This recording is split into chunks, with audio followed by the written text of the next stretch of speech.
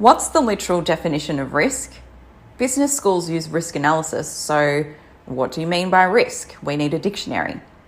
When you look at the dictionary, this is literal. The literal definition of risk, what it says is the definition, for example, the possibility of injury, a dangerous element or factor, chance of, degree or possibility of such loss, and so on. So risk has two parts. If you look at the literal definition of risk, one part is the consequence of some kind of particular danger or hazard loss, and the other is about the probability of it, chance and consequence, okay?